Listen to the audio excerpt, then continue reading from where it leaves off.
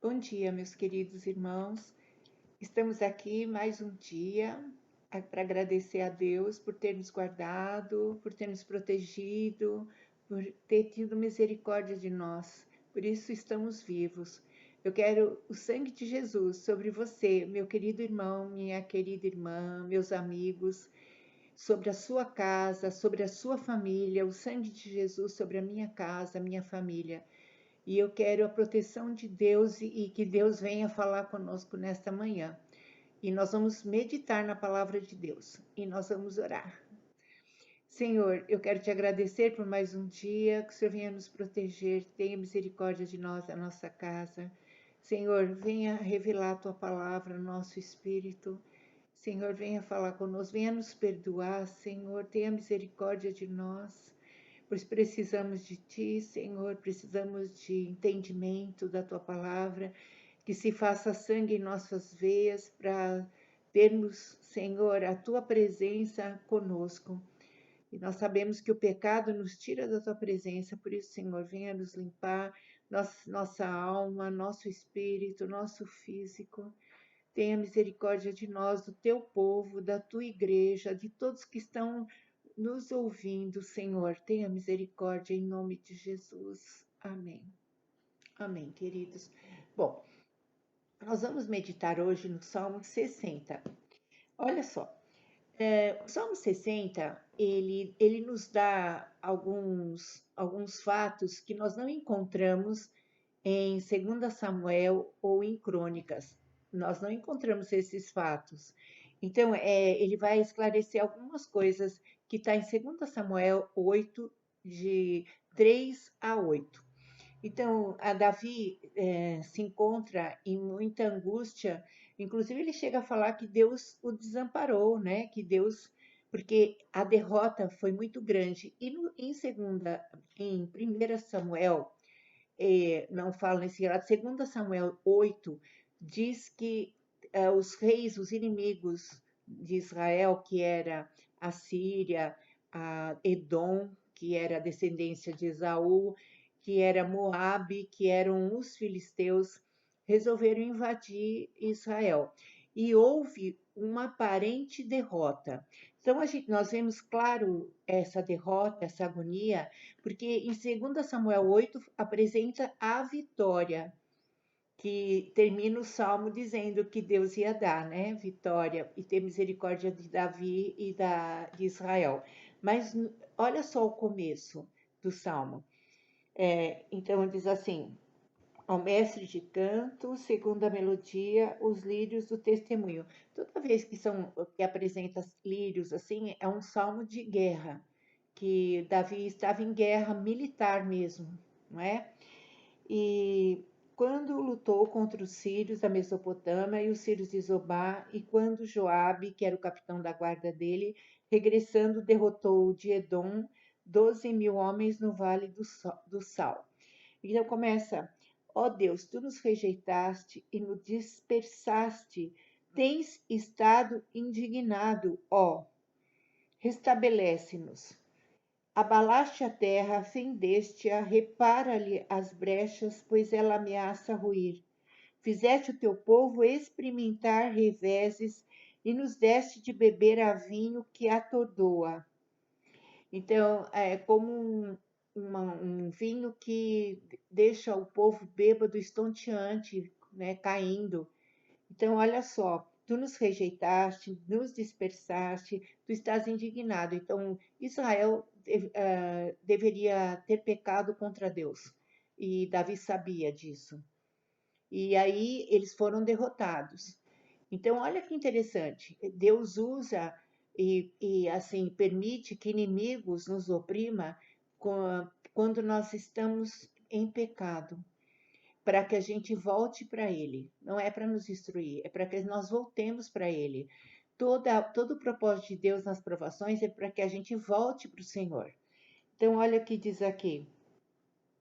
Então, olha só, abalaste a terra, fendeste-a, então houve brechas. Repara, Senhor, quer dizer, as brechas, Senhor, põe teu sangue, tem misericórdia, não é? E Aí ele, no 4, ele já começa a lembrar de Deus. E ele fala assim: deste um estandarte aos que te temem, para fugirem de diante do arco. Estandarte é uma bandeira. Então, toda bandeira representa um país. E Israel representava o Deus que eles serviam.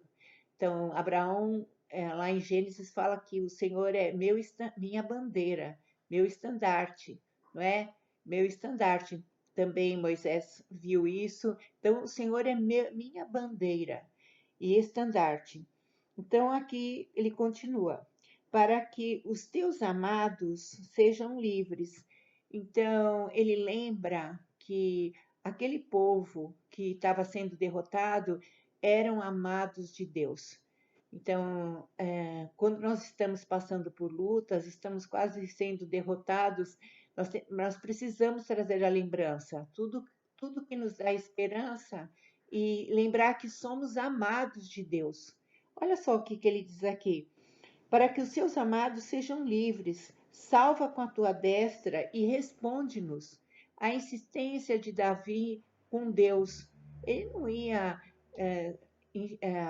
assim ir para o bar beber, ele não ia procurar prostituição para alívio da dor, ele não ia ficar maldizendo nem reclamando, ele ia nos braços de Deus. Olha só, ele ia e pedir que ele salvasse, que Deus salvasse e respondesse à oração dele. Maravilhoso.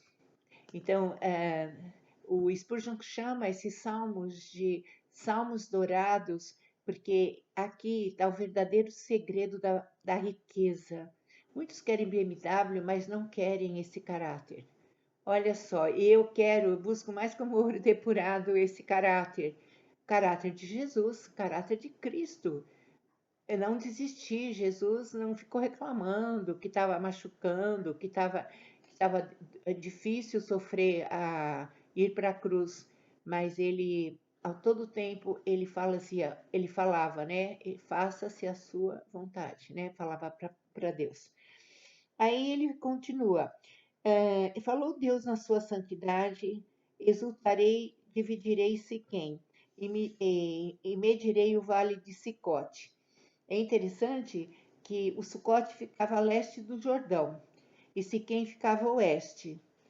E daí ele continua aqui, mas Gileade meu é Manassés, Gileade ficava a leste e o vale de Sucote a leste e Efraim ao norte, né? E Siquém a oeste. Então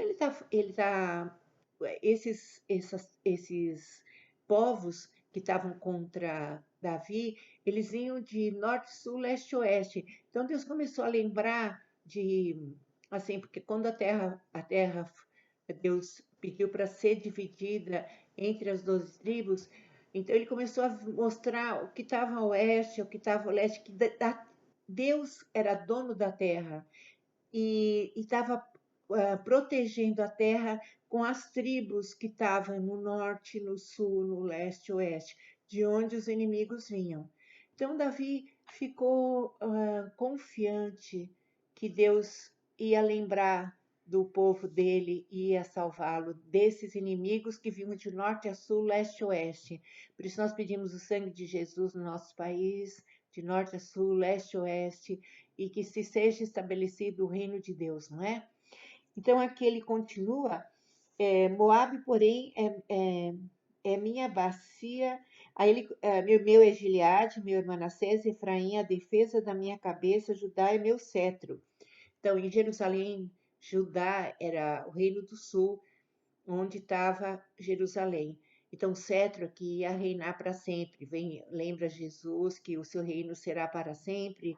E olha só, Moabe, porém, é a minha bacia de lavar, ou seja, Moabe vai lavar os pés de todos. O Moabe era inimigo de Israel e ia lavar os pés de Israel. Assim, isso que estava do povo de Deus.